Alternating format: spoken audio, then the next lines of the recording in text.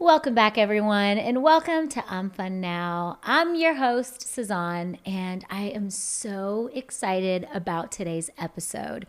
This was actually a guest request from many of you. I asked last year, who are some of your guests that you want to have on, experts in all categories, just left it wide open. And a lot of you guys were really interested around the topic of mental health. I finally found the perfect therapist to bring into the playground, ladies. Barbara Hill is here, and I absolutely love her. She has become a dear friend of mine. She is the founder of Holding Space here in Tennessee, and she is entering the playground. We're going to chat. I want this episode to just feel like, we can all sit back, relax, and take a deep breath and know that all is going to be okay, thanks to Barb. All right, let's jump into it.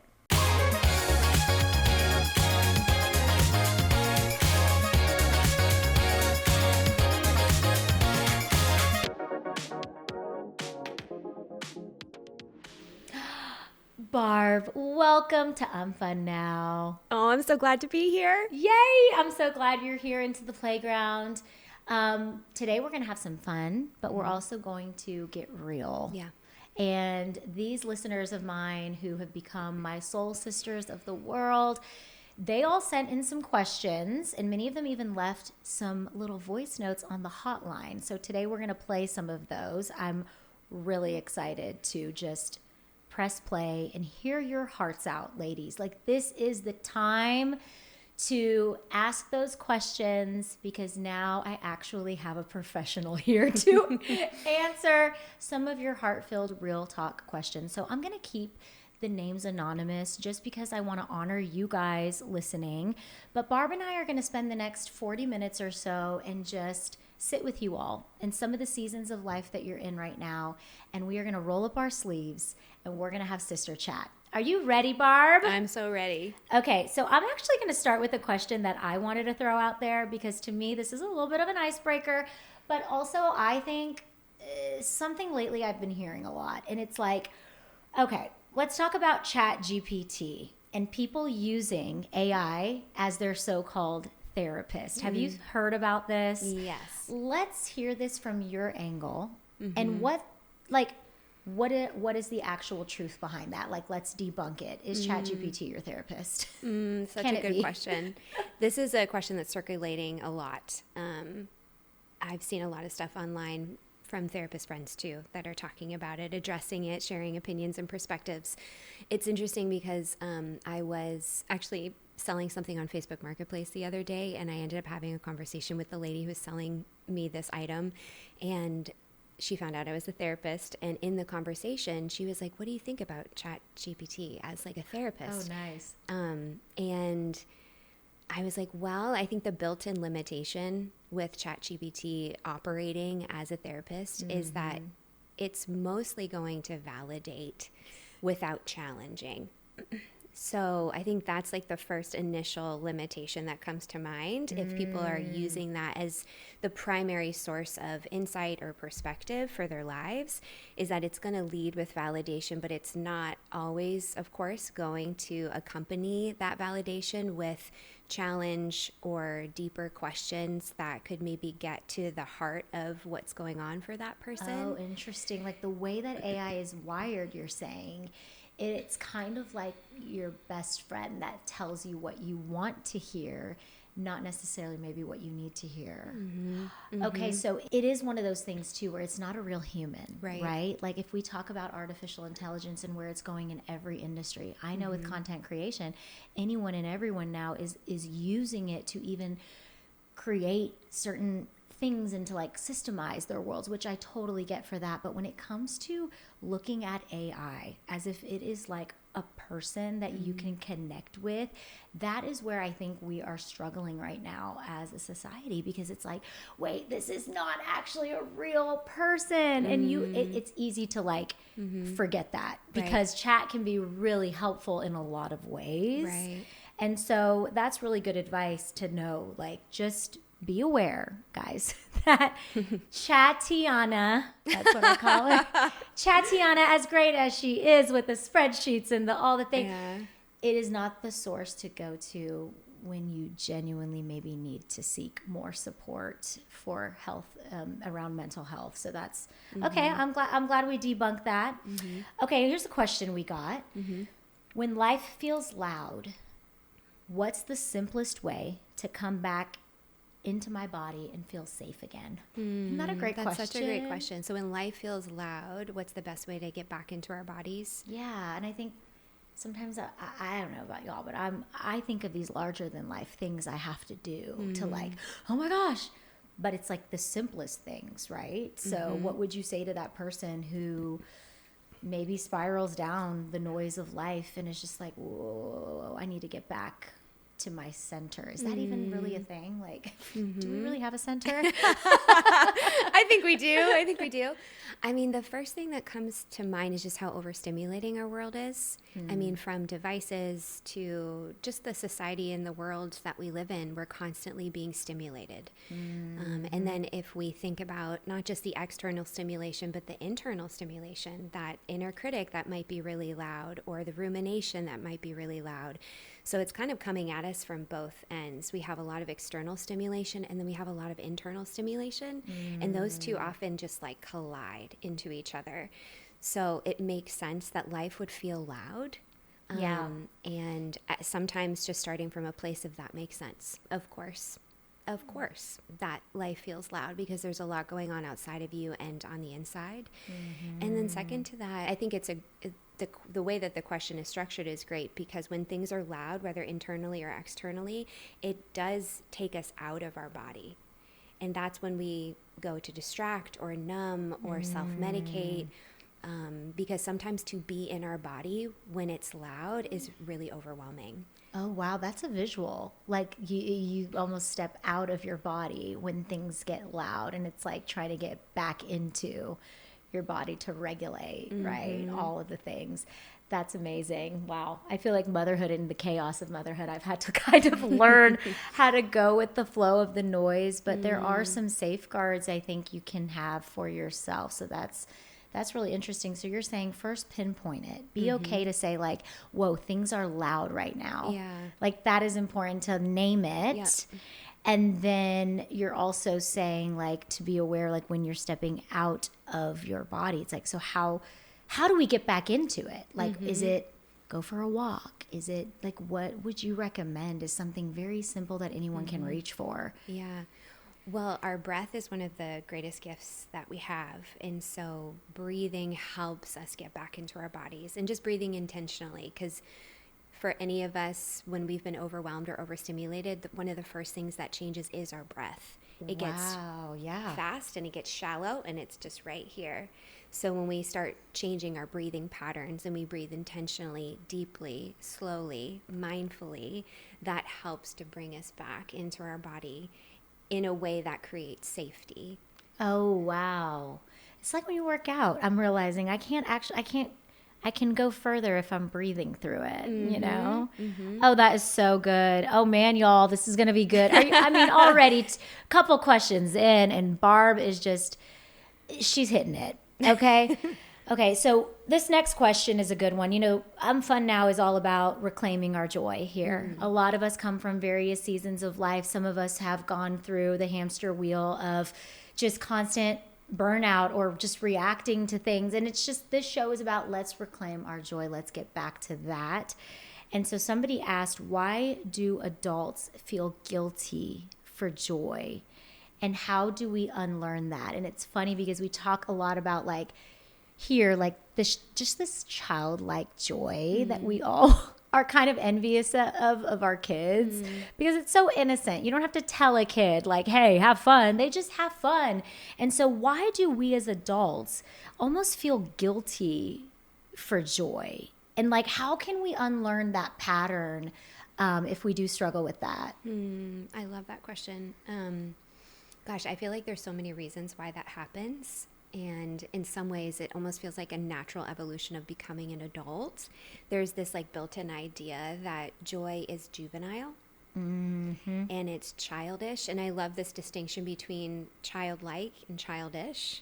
Oh, yeah. You know, like childish could have a negative connotation, but childlike is playfulness, joy, wonder, awe. And somewhere along the line as adults, we're sold this lie that those things are childish and they're juvenile and they're things to outgrow rather than things to cultivate. So I think joy is also incredibly vulnerable. There's a quick story I can tell of Brene Brown, if you're familiar with her.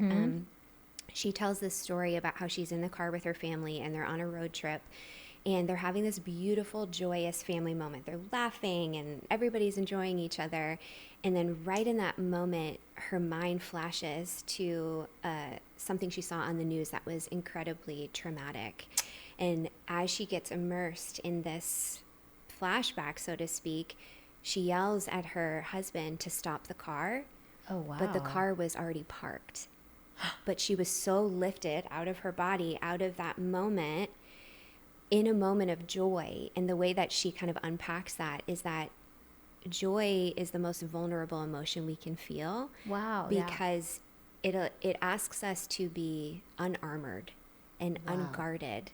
In order to enjoy something, we can't simultaneously be living in survival mode. So in that moment of joy, her brain brought her to something painful, almost as a form of protecting herself from the vulnerability of joy. Oh my goodness. I've never thought of joy like that. That's crazy. Yeah. And that's real. Wow.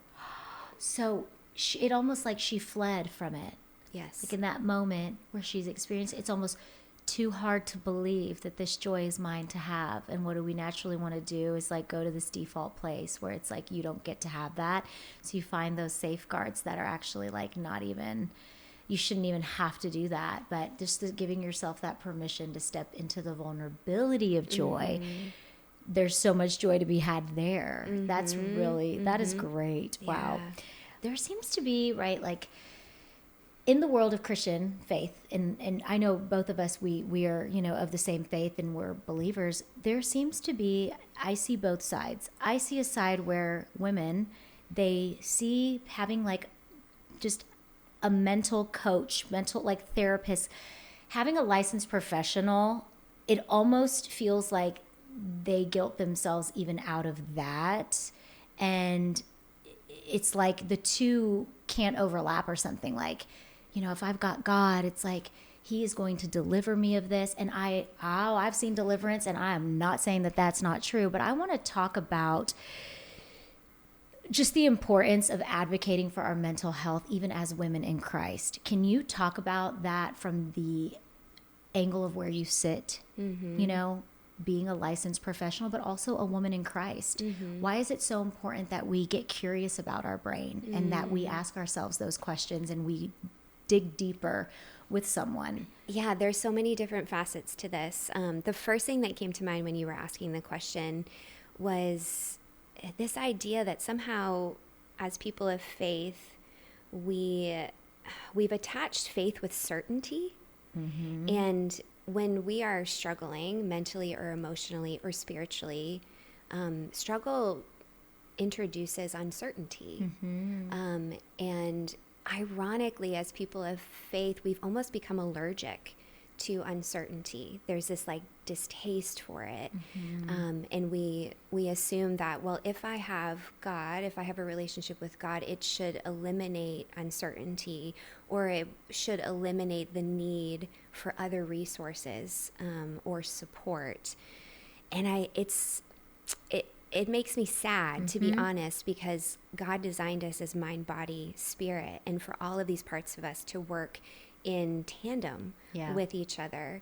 And I think over the years, of course, there's been a huge stigma for mental health, and it's improved over the years. But in a lot of Christian circles, there's still this, even if it's not overt and in your face, it's still kind of baked in somehow, and it shows up in maybe more subtle ways. So there could be shame that comes up for somebody. I thought of shame. Yeah, that's what came to mind. That was the word I was missing earlier when I asked, but there seems to be shame if you even say, like, I'm seeing a therapist right now. And I think it's because too, there's all kinds of therapists, right? That, I mean, but what I love about you is that you have that mind, body, spirit, complete circle understanding. And I think when somebody is, say, looking for a therapist, not every therapist is the right therapist for you. Yeah.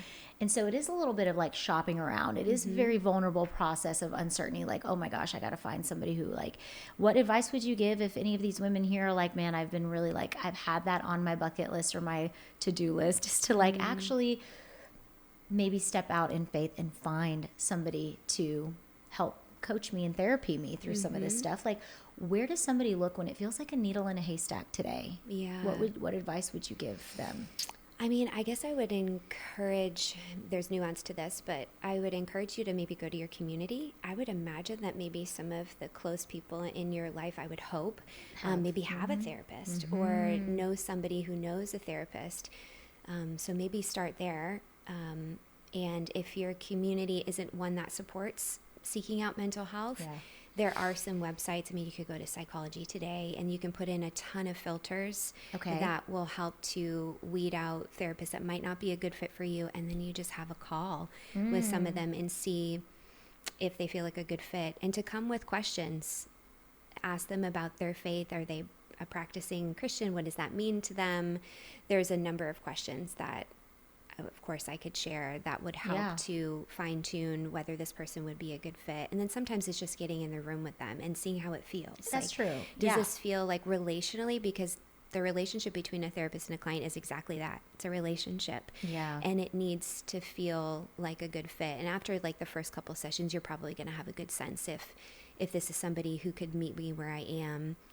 Of course, help me cultivate compassion for myself and challenge myself to go to some maybe difficult, uncomfortable places that will allow me to grow.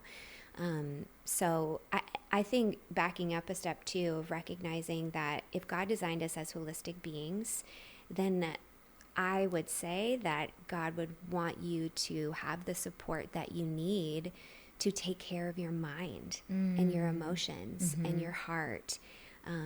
So that, I think of the verse that says like, that it's for freedom that God set us free, and that freedom is really what God wants. Yeah. And if that's the case, then if you're struggling mentally and emotionally, if you're dealing with crippling anxiety, or you can't get out of bed because you're so sad, or you're grieving, or your heart is broken, God desires for you to have the support, the compassionate support that you need in order to maneuver through those challenges and heal and grow and step into everything that he has for you. It all works together. It really does, doesn't it? And I love that. It's like almost like it gives you a new sword. It feels like it sharpens that sword, not only in our spirit, but like that mental department. I mean, it's crazy because I think a lot of people think that when you're going and seeing a therapist, like just from my own experience, it's like you're thinking like, oh my gosh, I'm just about to like unpack my whole closet of skeletons and this and that. And it's actually a very freeing experience when you step into it. When you walk into a space where you can talk to somebody who actually doesn't know everything about you, who doesn't come into the situation with any bias. It's literally so liberating to be able to step into an environment like that where you can just pour your heart out, and you leave that experience, at least in my case, feeling like, whew, that felt like that I needed to just talk to somebody about that. And I realized in life, especially in motherhood, it's a go hamster wheel. You got kids, you got it. And with the way the world is today, what a gift it is to be able to sit with somebody and have a chat in a world where it's like hard to even have conversations with anybody nowadays. It's like that connectivity is what we as humans desire. Relationship is what we desire. And we were made to have relationship. And so I've just found that I've always been a relational person, but at the same time, this experience is so different in the best way because it's challenging me to look at my brain and to see like, okay, Saz, like what are some of my patterns? What are some of my things that maybe like I don't understand? And I'll go to my best friends or my husband who's my best friend and I'll be like, man, I'm really going through it. And your friends and your husband, it's so great to have those people to support you in your journey.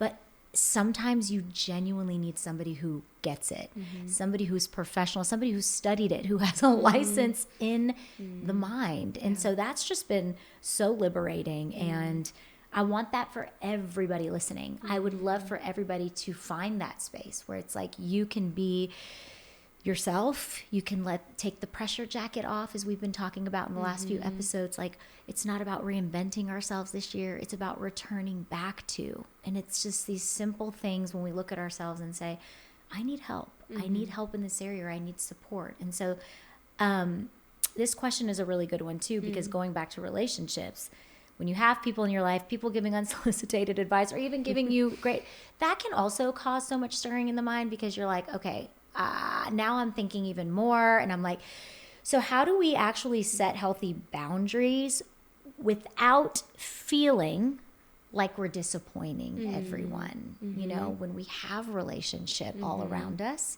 we also understand there needs to be boundaries sometimes. How do we set boundaries without feeling, Barb, like we're disappointing everyone? Yeah.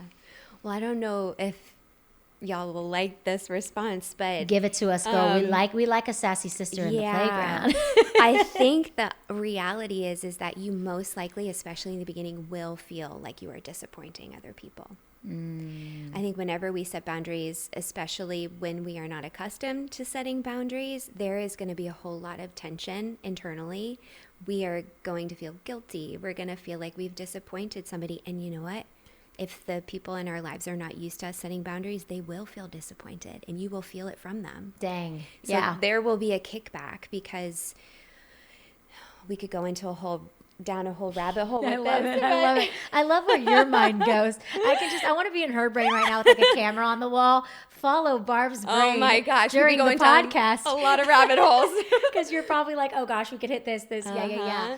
But yeah, continue. Yeah, I think, and maybe the first thing I could say simply is to expect and let it be okay that you're going to feel tension, and the people in your world are going to feel some sort of tension when you start setting healthier boundaries in your relationships, because you really are rearranging the dynamic itself. And boundaries is something that's talked about a ton, and sometimes I see stuff shared online that I'm like, I don't really love the way that that's discussed, because it can become really extreme.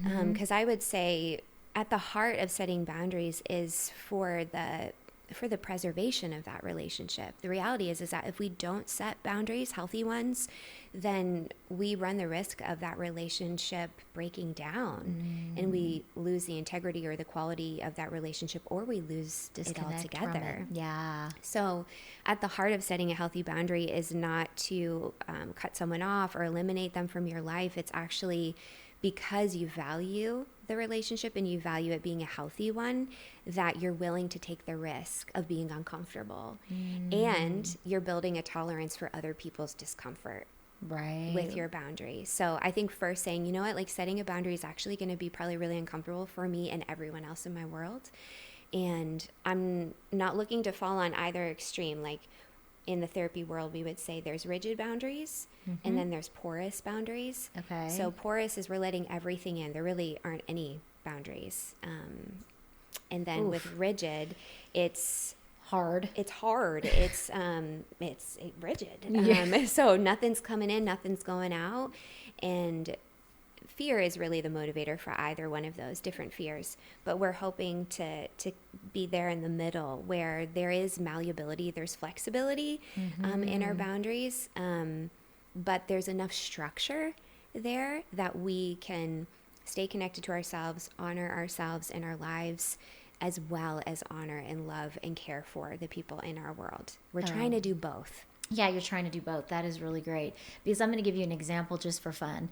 Let's say that, and this is not based off my life at all, but I'm feeling like I can almost sense my listeners. I'm wondering, like, let's say your boyfriend or your husband, like you're going on a journey with your, just trying to better understand your mental health and be better, work on yourself, go work through traumas and healing and all of those words that we hear. But honestly, a lot of people even fear stepping into that, because they know that the more that I'm going to work on myself, they may fear or worry that that other person might not meet them there. And so what does like a soft boundary, not soft, but malleable boundary, what does that look like? Does it require communication is important, but then having the structure? Because I've heard and seen people like have to draw boundaries with like significant others or in-laws. Like this is a boundary, but then there's no, this is how it's going to be. Like, and if that boundary is crossed, like, is there a format or a template for how you establish a boundary? Because I kind of feel like our generation is like, okay, what do we say? Okay, this is a hard line. We're not crossing it. And if we do, I'm not talking to you. Like it's that rigidness you're talking about. So a malleable boundary, what is like a little example of like what that could look like for a scenario where somebody needs to draw one, say with their partner or with an in-law that's just crossing their boundary mentally. So like what is a way that somebody can start doing that to structure that? Yeah.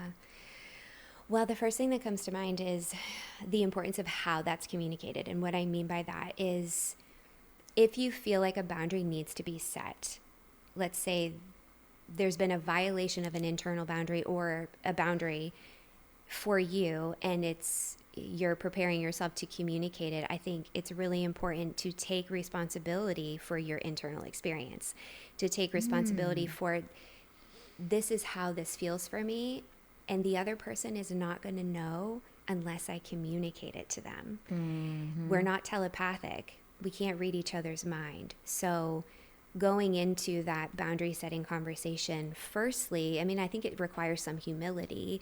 Firstly, to say, hey, like, this is how I've been feeling. This is what my experience has been.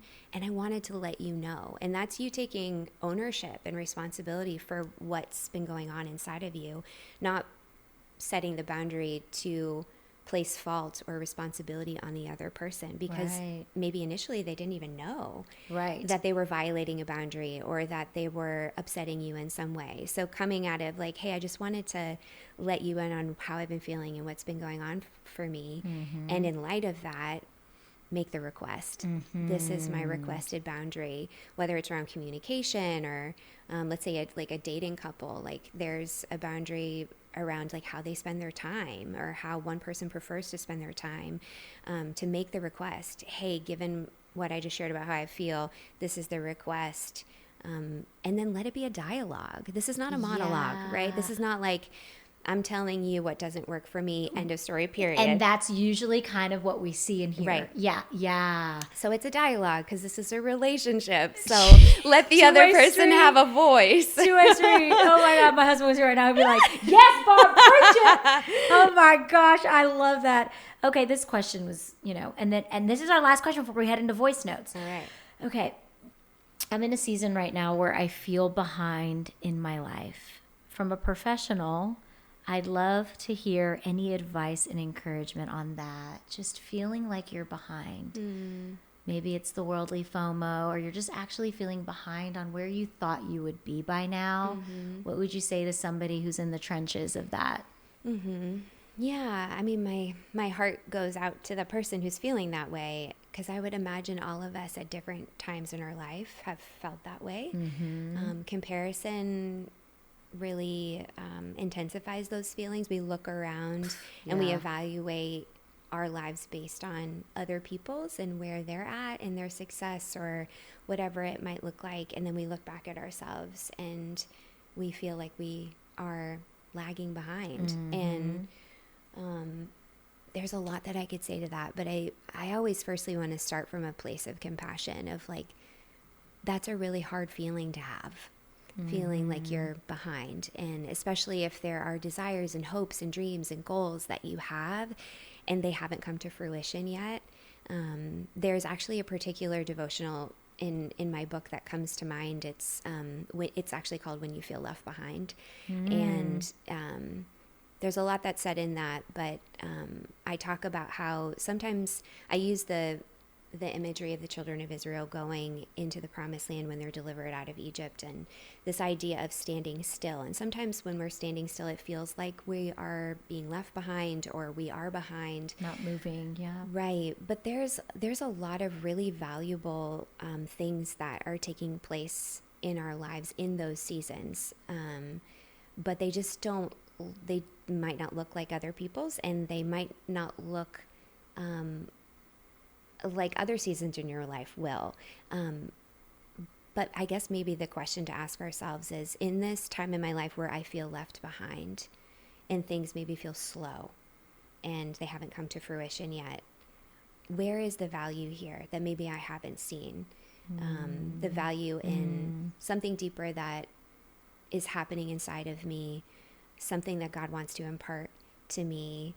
That I'm such a both and person on this topic, because I don't believe that the value is only in what's happening internally for us, like the inner like transformation that's happening. Yep. It's also for the purpose of what God has for you In store. Yeah. Right. So it's very much both of like, okay, in this season where I feel like I'm left behind, how can I see the value of what's here and what is actually happening? Like, I'm thinking about us being in a wintering season. Like, it's winter. Everything is dormant. At face value, there's not a lot going on. The trees are barren. Right. Yeah. But internally, there is a lot of activity. There's a lot that's happening. Yeah. And maybe asking God for eyes to see that. Yeah. Like, give me eyes to see what's happening on a deeper level, that at face value, it looks like it's a barren land. And how is what is happening? How is that preparing me truly for a spring season, for whatever it is that God has called me to and what he does have for me? So I think it's maybe just challenging our sight, what we see. In the season that we're in, because seasons change all the time. That's what nature at least teaches us, right? And God shows us. That's really good. I love that, Barb. So now we have some questions that we're going to play from you guys, and I'm going to keep them anonymous. All right, here's the first one. Let's listen in. Hi, I struggle with OCD, actually been diagnosed with OCD, and it had been really good for a while. I'd been doing great, having kids and going through life, having a child diagnosed with asthma, kind of just going through the motions, and everything definitely have made my OCD kind of re-flare, I guess you should say. And I would just like some advice on how to navigate life with having OCD. I do a great job of like giving it to the Lord and allowing the Lord to kind of, calm that anxiety and that stress that's triggered with, being afraid of people's germs, and now having kids and everything. It makes it more difficult. So seeing my daughter kind of reflect that as well, with like the excessive hand washing, and it's been a little stressful for me as a mom, and I do feel guilty as well because I don't want to like pass that down to her. So I would just love some advice on how to navigate that as a parent, and to hopefully keep my children from developing OCD and anxiety. These things, like I said, the Lord has really healed me and brought me from them, but obviously they're things that I struggle with, and I just don't want to pass that to my kids. So would love your advice, and yeah, that would be super helpful. But thank you so much for listening to this, taking the time to listen to me, and I pray that y'all are blessed. Oh, what would you say to that? I mean, I have a lot of thoughts on that, but first, like, I love her mom heart. Yeah, you can almost feel it, how she's on a mission to make sure I don't pass this down. That is very real. I feel that in motherhood too. I don't want to pass any of my juju over to my kids. You know what I mean? Yeah. I mean, you can tell in her heart this is something that's really deterred her from stepping into motherhood freely. What would you say? Yes, I mean, OCD is a big topic, and there's a lot of different expressions of OCD. So on one hand, there's some built-in limitations, not knowing the specifics of it. But obviously, my first encouragement, if she doesn't have a therapist, to encourage her to find one, start meeting with one, and if she is already seeing one, just to continue investing in that relationship and in that space. So, I mean, fear is definitely at the heart of OCD, like it is with so many other things. And I'll try to put it in a couple different buckets, and I'll try to keep it simple. You're but so good at that.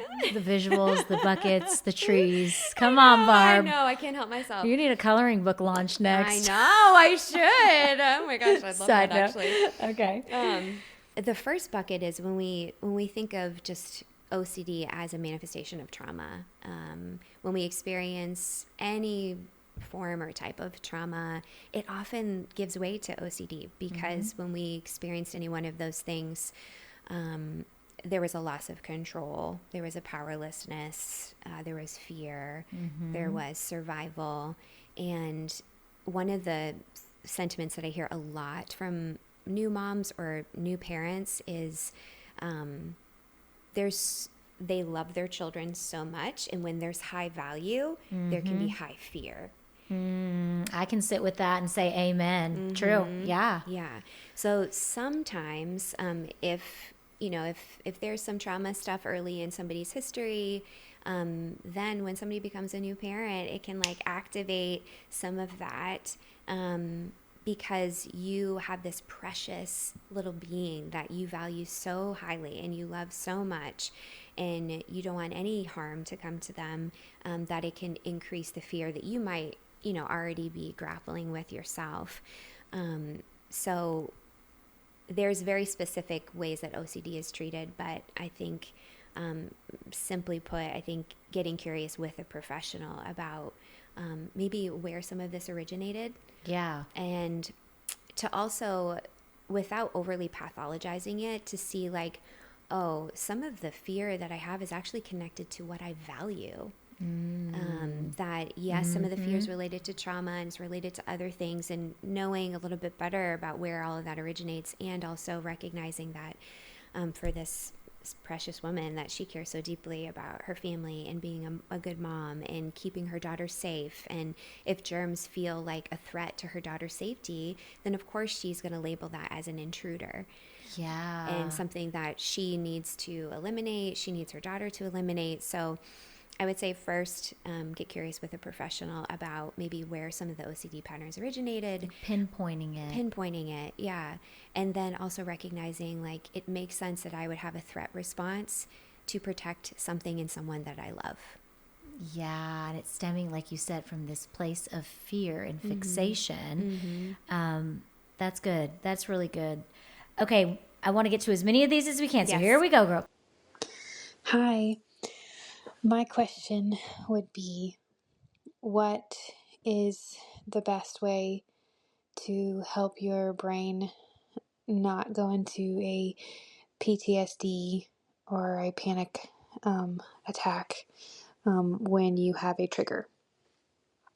Thank you.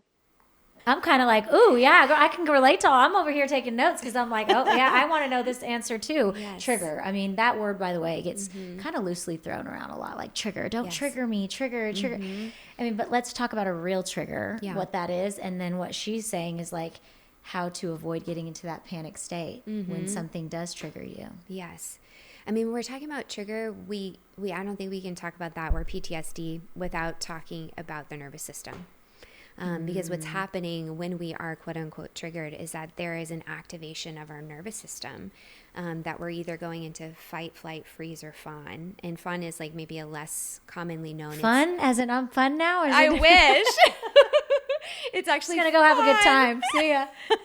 So FAWN. So it's like a people pleasing response. Wow. Okay. Say that slower. Wow. Yes. Fight, flight, freeze, fawn. Yep, you got it. So when we're triggered, meaning like there's some stimulation that's come our way that has activated our nervous system. And for a variety of reasons, all of us kind of have a primary trauma response or nervous system response. And that's either going to be I go into fight mode, I freeze, I flee, or I fawn. And sometimes we initially go into one mode. So we might go into fight mode initially. And then if that hasn't gotten the job done, then we might be like, I'm getting out of here.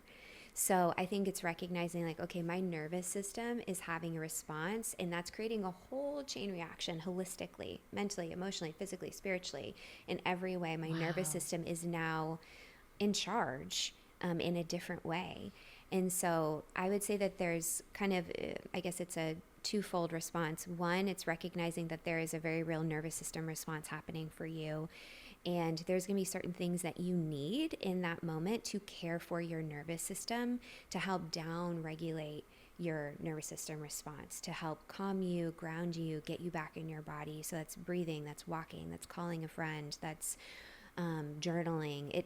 It really depends on what kind of response you're having, but in the heat of the moment, to know what it is that's going to help support your nervous system.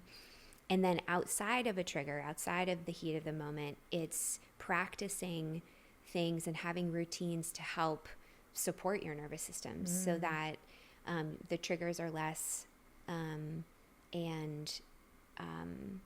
You're regulating. you're regulating more often. So it changes a lot. Like what you do outside of the heat of a triggering moment, it really matters. Like, Yeah. are you moving your body in a way that's like restorative and life-giving? Are you eating nutritious food? Are you suppressing or are you expressing your emotions? Like there's so many different things that we do on a daily basis that really matters for the health and vitality of our nervous system. So that when you get triggered, because all of us will at some point by different things, that you'll be able to navigate that moment differently because your system has been well supported prior to that moment. Yeah, and it's almost like you're able to kind of take a step back to be able to analyze for a second and look at what's going on instead of like reacting, right? That is something that I've seen too in my life where I'm like, okay, I need to take a beat to like really let me just investigate what is going on right now. What even triggered me, you know? And I think when we can start, again, getting curious about some of these patterns, looking at our life from a place of like, let me just like take a step back, take a deep breath before I just immediately jump into it. Especially if you like, I would definitely say I am more of like I'm a fight or flight. Like I'm a fight. Like girl, my parents came to this country escaping Saddam Hussein's regime, and I was like, I carry that. I'm like, oh girl, I'm gonna go put a tourniquet on. Like I'm going before I even look at the blood. I'm gonna already have the tourniquet ready. And so for me, I have found that taking a step back and just take a deep breath. I'm so I can be kind of like taking the emotional part, not out of it, but for a second, just being a little bit more logical about, okay, what's going on? That has helped me personally. But then also nervous system work. It's interesting. This is like the first year of my life I've actually done more consistent, like I'm working on posture stuff, like after having kids, like our alignment, everything, and it's all of it affects your nervous system. And so I've noticed the more that I've even done more physical work to like improve posture and stuff, I can start to feel when things are now out of whack physically. And I'm like, whoa, I can't sit like that anymore. I can't sit like the way that I used to because I am immediately feeling this like internal, oh, I need to like sit, and then I correct myself. And I imagine that when we're going through some of the things that we all struggle with, you want to get to that place where it's like you're very, I'm aware of what's going on, you know, and you can hopefully get to those, like you said, that little toolbox of a place where you're like, okay, I can regulate here. But that was a very real question and one that I definitely appreciate because I know a lot of people were like, yes, girl, tell us, you know, didn't you feel that? 2 small comments on there real quick. Yeah. I will say that one of the most common things that I hear from clients is that when somebody's response is freeze, they feel so much shame about that particular response. And I wanted to say that, speak to that explicitly because when somebody goes into freeze mode, they usually beat themselves up like crazy afterwards. And I think it's so important to recognize that that's just as much of a nervous system trauma response as any of the other ones would be. Think about like an animal in the wild. When they're being chased by another animal, they're first going to try to fight, then they're going to try to flee. And then if they've exhausted those responses, the last response or the last resort is to play dead. is to freeze. Wow. And it's Yeah. just as self-protective as the fighting or the fleeing is.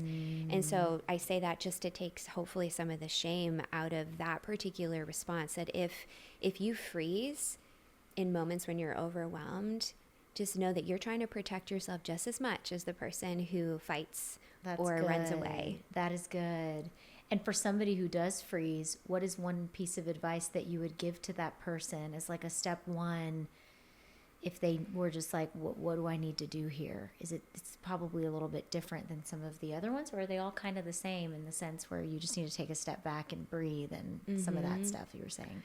I mean, it's definitely layered for sure, but I would say similar to what we were talking about before of figuring out what your system needs, what your body needs. Like there is a particular story that somebody has that leads them to respond in that particular way. Yeah. So did you have a voice growing up? Yeah. Did you have agency? I mean, there's so much behind that. And so I think exploring it, getting curious about your story and how that translates into responding and trying to protect yourself in that particular way. That's really good. I love that, Barb. Girl, I'm over here just like enjoying myself. I lost track of the questions. Okay, here. My question is, when you're trying to implement change in your life or escape an old habit, but you have failed in the past, how do you escape that mindset of, I've never succeeded before, so why would I succeed now? Thanks. That's a good Aw. question. Yeah, that is a good question. The first thing that comes to mind is actually James Clear's book, Atomic Habits. And I just love that he talks about identity-based habits, where he frames it as like, I am the type of person who does X.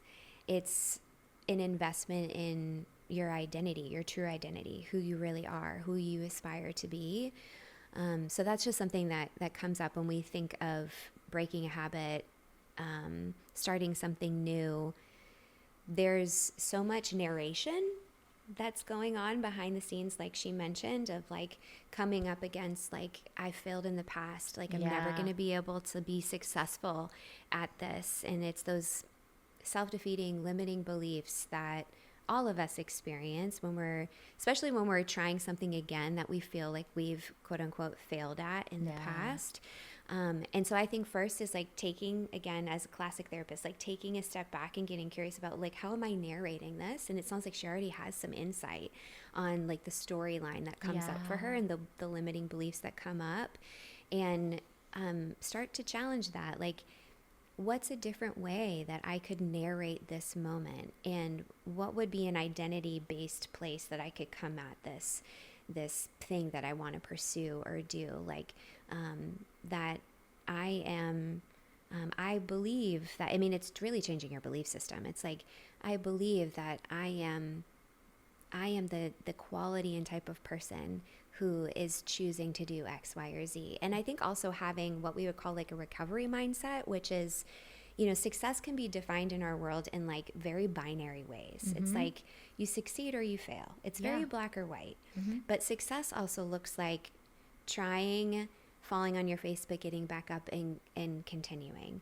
Success also looks like trying something and being halfway through and pivoting and doing something different. So I think it's also adding some nuance and expanding our idea of what success actually looks like, because there is a process to something succeeding.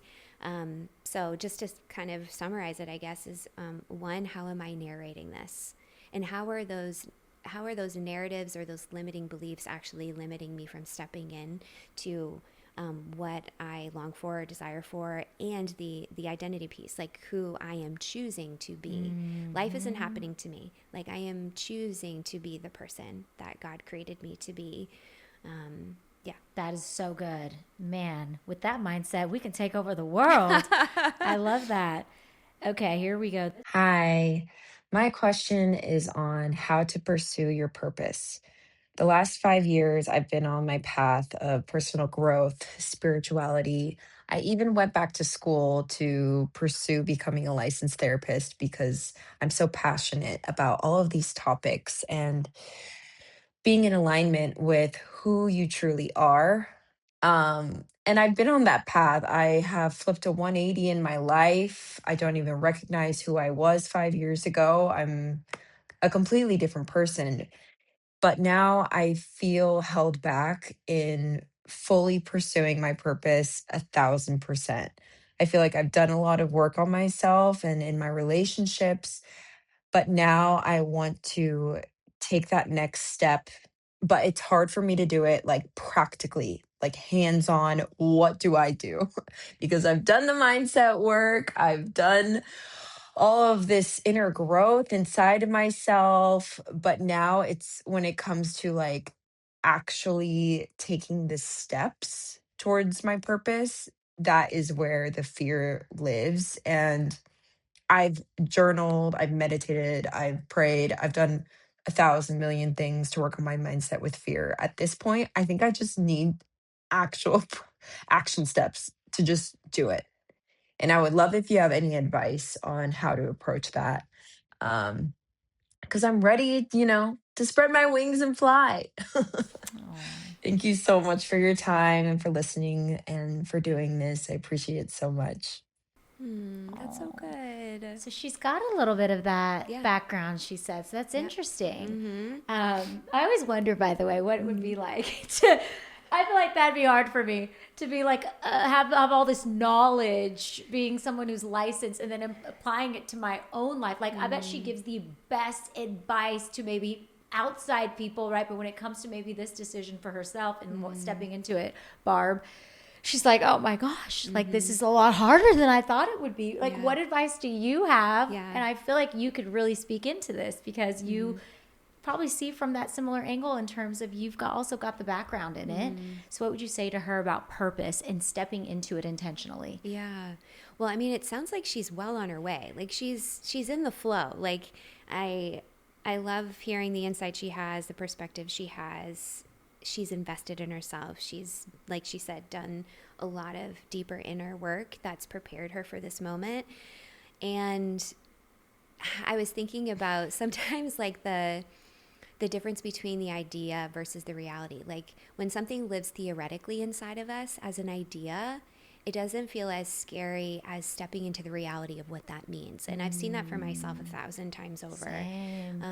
Is that when something lives in that theoretical space, it's controlled, it's contained, it feels safe, it doesn't feel as scary. But when we take it out of the theoretical and into the actual and into our reality, that's where there isn't as much control that we can have over the outworking of that.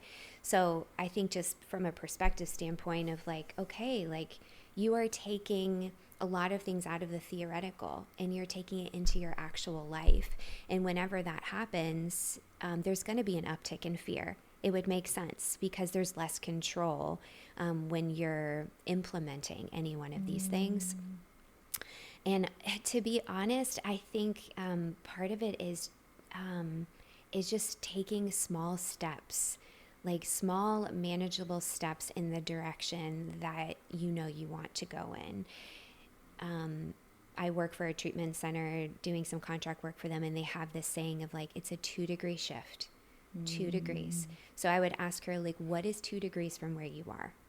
So is it reaching, like making a phone call to someone that is, even if it's like making a peer relationship or establishing a peer relationship, somebody in the counseling industry, like text someone, call someone, ask them to go to coffee, or if there's a place that you've been wanting to work at. Like, I don't know exactly what the logistics are for her, but I think in terms of like living out her purpose, I think it's just what's the 2 degrees from where you are? What are some small next steps that you can take that will move you incrementally in the direction that you want to go? Because sometimes we think if we can't do everything, we end up doing nothing because we get so overwhelmed by it all. But what's 2 degrees from where you are? What's one small next step that you can take that will bring this out of the theoretical into your actual life. It's okay that you feel scared. That makes sense.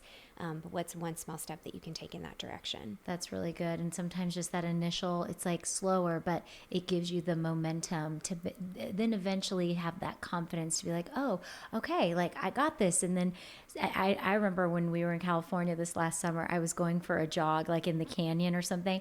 And I remembered I couldn't look too far out because I could see, okay, I'm about to be going uphill real quick. But what I focused on was I just looked down at each step in front of me on my jog, and it made it feel less of this daunting thing of what's to come. And I think that's where I've personally struggled too when trying to achieve something. And, that 2 degree that you mentioned is a really great thing. What came to mind for me too, just from maybe an entrepreneurial perspective too, if you want like just some action steps, like I would say, maybe it's like a sweet little a way to challenge yourself, but that doesn't feel overwhelming. So maybe it's like every day at this hour or once a week at this hour, I'm going to set a timer for 1 hour. Michael Hyatt taught us this in one of his classes that we had taken, Steve and I. And he had said, if you make a list of everything that you want to get done and you do the most important things first, all you have to do is set 1 power hour every day where you set a timer on your phone, and knowing that the timer's on that 1 hour, you step into it and just you take the emotion out and you just look at that list that you've been concocting and adding things to, and now it's 4 pages, 5. It's like 1 power hour, whether it's a day or a week or wherever you can carve out that time, step into that as an opportunity. And I think I would just encourage you to say like, wow, I'm going to try. And this is just a little action step to be able to say, I'll try by setting this 1 hour, and you'll be surprised at how many things in that 1 hour you're going to check off that list, and you're going to walk away feeling like, maybe I got this. It's going to be okay. And so I think that's really helped me sometimes. And obviously, Barb, everything that you said there it's you hit it right there. It's not a larger than life thing. Baby steps, baby steps. Okay, maybe we have time for like one or two more. Yeah. Okay, this is so fun. Here we go. Hi there. I love this podcast. I love Saz. I've been following you for many years now, Ugh, and so I just am really sweet. appreciative of you having a therapist to come on the podcast and let us girlies get some advice. So, my question that I would love to hear more about from both the therapist and you, Saz, is um, I'm 29 years old, and I feel like, our whole life we've kind of been conditioned of what to do and when to do it, right? So at 5 years old, you start kindergarten, and then you go to elementary school, and then middle school, and then you're learning how to drive. And all your milestones in life you're doing alongside your whole group of peers, and it's very planned out. And I feel like when you get into the adult world, it's really on you to decide what you want with your life and when you want to do those things, and when you want to accomplish your goals. And I think it can be a little bit tricky to navigate because our whole life we've been told what to do and when. And you get to this point where you're like, oh, now it's just me making the decisions for my life. And am I on the right track? What the heck do I even want? And you see all your friends moving in different directions. I have friends who are still single and they're living in the city. And then I have friends who are married, living out in the suburbs with 4 kids. So it's just, interesting to see the variety in people's lives once you become an adult. And I think for someone like me, I'm very indecisive and I can kind of waffle, and on both sides of the fence and not really make a decision of what I want. And I know I do want kids, but it is just deciding when that time is right for you and really determining what you want. And so I would just love to hear your thoughts on that. I guess it's really just overarching how to navigate the adult world when there really are no rules and everybody is on their own path. How can you stay, true to yourself, true to your path, not feel influenced? Sorry, my dog's starting to bark in the background if you can hear that, but almost done with my question. Basically, that's it. Just, would love your advice on that. Um, yeah, just figuring out what you want and when the timing is right for you, and also not overthinking it too much. That is a great question. So All right. relatable. That Very is relatable. how would you unpack that for her? There's so much good stuff in there. I love the question of like, how do we navigate the adult world when there's no rules? That's actually That's true. such a good question. I'm like, yes. I don't know that I've ever heard somebody ask that question, but I think it's something that we all know to be true. Because when I think about how structured the first however many years of our life is, and how you are being told what to do and when to do it, even for, if you go to, college, it's like everybody is kind of existing within this framework that's been created for them. There's so much structure that's already there. And then once you graduate, whether it's from high school or college or whatever, now you're in this big world that nobody's really telling you what to do necessarily in the same way. And so I just think the question itself is so valuable, and I'm sure one that kind of lives inside of all of us at different times. It kind of peeks its head. This is a very therapist way to respond to this, but I would say like it's definitely a both and, but I would say like to turn her maybe attention and energy inward in the sense of I think when we trust ourselves, when we're like cultivating like like I trust myself to hear from God. I trust myself to discern things. I trust myself to make decisions that are aligned with my values. Like, what kind of relationship do I have with myself? And is there any sort of self-trust there? Because there are so many variables in the world. There's so many unknowns. And if I'm moving through the world with zero trust in myself, that's going to feel like an incredibly daunting, intimidating experience. So I would say, firstly, like, what level of trust do I have for myself? One of the questions I'll ask clients is, on a scale of 0 to 10, how much do you trust yourself? And usually, people's brain explodes because they're like, it's usually quite low. It's usually somewhere between like 1 and 4. They're like, that's why I'm here, baby. Right. I want you to help me make my decisions. Right.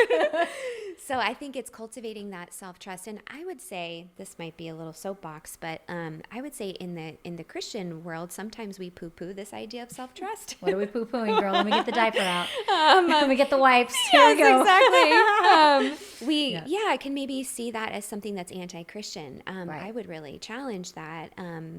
Because I believe that self-trust is so important to cultivate a healthy relationship with yourself, and it translates into your ability and your confidence in hearing from God. Like, if I don't trust myself to hear from the Lord or to discern things, or we think about stepping out in faith, like that requires self-trust. Yeah, we're not just being moved by like a puppet. Yeah. Right. So I would say first, like, cultivate that self-trust, maybe ascertain with yourself, like, what degree is even there. And then how can I nurture that and develop that? Honestly, keeping one small promise to yourself every day builds a lot of self-trust. And it could be, I want to keep the promise to myself to take a walk every day. Like, it can be super simple, but when you keep those promises to yourself, it builds that self-trust. So that's one. And then I think secondly, definitely think through like, what is a way that you can create some sense of structure for yourself? Because like you said, everybody lives on a different spot on that continuum, where other people are like, let me be free, and then other people are like, oh my gosh, I need structure or I'll die. Like, I think just determining what level of structure do I need, and what are some even like routines. Like, I know when I've moved to new cities, I've found a coffee shop or two that I can just go to often, and it creates a sense of normalcy and routine and structure. I get to know the people that work there. It's a familiar environment. So there's little hacks that we can incorporate that can give us a sense of normalcy and structure. I love that. There was two things came to mind when you were talking for me. And it was, the first one was my brother-in-law, who's visiting from Australia, told me that he quoted somebody, I don't even know who it was, but it stuck with me. He said, there's this man who's very successful in like the entrepreneurial world, but he is like such an overthinker. He's always thinking. It's like he decided to put in this little rule for himself that when a thought comes into his mind, or an idea or whatever it is coming up here, he actually writes it down in his notes section. And he, in order to stay present present in that moment, because that's important to him too, he will just make a list in his notes section. And then at home, he has a designated area in his house called the think chair. And he goes and he sits in that chair for an hour, and he'll revisit those things he wrote in his notes, and he'll actually give it the time to really sift through and think through. And sometimes in the noisy world, in the busy world, and you don't want to be missing out and being present, all of that, sometimes you just got to compartmentalize it for yourself and be like, okay, I'll get to this, but like right now it's like I just need to I need to be present where my feet are. And if that's you too, it's like maybe the think chair concept could be really fun to try out. And then the other thing I thought about was there's no better way to see how much of an, like if you want to look at the meter of being like decisive, indecisive, if it runs on a meter, there is no better way to test yourself with that than by going through a fast food lane. Because at In-N-Out Burger, I'm great. There's only 3 options. And I'm like, I got this. I'll take the usual, the cheeseburger, animal style. But if you take me through the Taco Bell drive-thru where they've got 525,000 freaking options. Oh my gosh. I'm like, can I have another second? Can I have another? And I start to realize, oh my gosh, there's so many decisions here. And I'm like, oh my. And sometimes if you can just keep it so simple for yourself in those moments, and you're just like, oh man, there's so many things here. What do I decide? It's like at some point deciding, okay, this is what I'm going to do. I'm going to decide, like, if I go through Taco Bell drive-thru, like, I'm going to get my usual, and I'm not going to stray, like, or whatever that is. I feel like sometimes life looks like a Taco Bell menu, and you're just like a Cheesecake Factory menu. That thing is like 100 pages long. I'm like, I just give me a pizza. I don't know. Truly, exactly. But you know what the most, I think, reassuring thing is hearing that question, and even you talking about it and me sharing my fast food side, is it's so comforting to know that we're not alone. Like, I feel so seen by that question. I feel seen by all of these questions. And sometimes it's not even necessarily wanting a fix-it solution. It's just wanting other like-minded people saying, hey, I'll raise my hand and be the first to say, I struggle with this. Anybody else? And I feel like that was the biggest, greatest gift from today, having you on, Barb, to just obviously share your wisdom and your amazing knowledge and background, but then to also meet us where we are as women in this season. That was just so good. Guys, we need to have Barb back, I think. There's like so many more voice messages in the hotline we did not get back to. If any of you guys were like, wait, what is this hotline going on here? We just launched the fun hotline for the I'm Fun Now podcast. I'm going to include a link below in the show notes, because every week I'm putting in a prompt that you get to respond to. So, you know, maybe we'll come back to some of those, because we've got to have Barb back. Okay. All right, Barb, before we get out of here though, I always ask our guests, what's one fun thing in your life right now? It can be absolutely anything. And then I want you to also tell us where we can find all of the goods, because you had so much knowledge here, and I know the knowledge goes beyond here. So just share all of the things too. Okay, one fun thing. This feels like such a good, challenging question for me, because I think I'm like, as a therapist, I'm swimming in lots of serious waters all the time. Well, come on out to the kiddie pool, baby. Yes. And fun is so... it's so needed. And I think one small little project that I did that felt fun recently was I completely redecorated one of the rooms in my house, and I painted the wall pink. Tell me more. What room was this? It's this little side room that's just been sitting there undecorated for a really long time. And over the Christmas break, I was like, you know what? It's time. And so I just had the best time just painting it pink and decorating it. And I had been collecting these like almost Victorian like frame things. Hold on. And like I'm put it up seeing there a with vision. sconces and the Okay, whole thing, chairs that look like this. And so I think there's like an interior design heart in me that just kind of like, that's so fun Sounds for like me. it. And just to be creative and do something with my hands. I think part of fun for me might be doing something physical, something with my hands, and even just the more instant gratification of like making something beautiful and then stepping back and just enjoying it.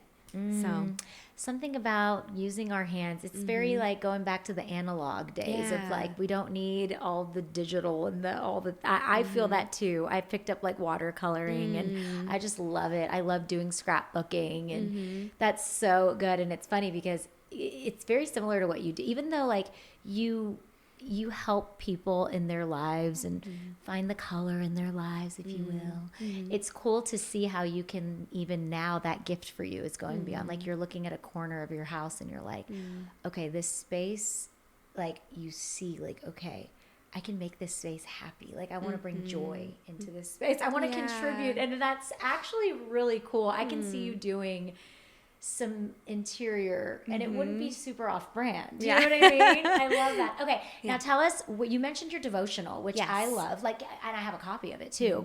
I wish I was Oprah right now. You all get a copy. You get a copy. You get a So Barb, tell us where they can get your book, and also hit us with the socials. I know you don't like to self-promote, girl, but do it right now. Okay, I'll do my best. Okay, so my book is Seasons of Waiting, An Invitation to Hope. So that can be purchased on a variety of platforms. So they can go to Amazon or Barnes & Noble online and things like that, so they can find that. That came out 3 years ago, which it's hard to believe it's been 3 years. Wow. And it's a devotional format, talks about the whole experience of waiting, both from a faith and mental health perspective, and it follows the seasons just to speak to the reality that waiting in a fall season feels different than a spring and summer, and there's this transformative journey that we kind of go on when we're waiting for something, and it's full of prompts and things that you can like truly interact with and implement in your life. So similar to kind of how I sit with clients, it's an extension of that. And then on Instagram, it's Barb's Hill. And then my practice is called Holding Space Counseling, so people can find me there too. Yes, love you, Barb. You are the best. And by the way, her book is beautiful. It's kind of, it's got so much meat inside of it, but it's also really pretty on the outside to like put on your coffee table. It's like a pretty book. I love it. Okay, thanks, Barb, so much. Oh my gosh, guys, I've got to just say, leave any comments in the show notes below, okay? I want you guys to share how this episode encouraged you. Do you guys want to see more episodes like this, by the way, with Barb and bringing people into the playground that maybe aren't my crazy friends that I've brought on now repetitively? Let me know below. This was new for us. We experimented today here in the sisterhood playground, but more Barb, let us know, comment, and also share this episode maybe with somebody in your life, whether it's a sister, a friend, anyone who maybe came to your mind, maybe one of the questions we answered, you know somebody who's actually in the thick of that right now in this season. Would you just do me a favor and share a link to this episode with them wherever you're watching or listening to this episode? We got to get the good word out and encourage other women as well. So thanks guys so much. And I'll see you guys next week right here on I'm Fun Now. Bye.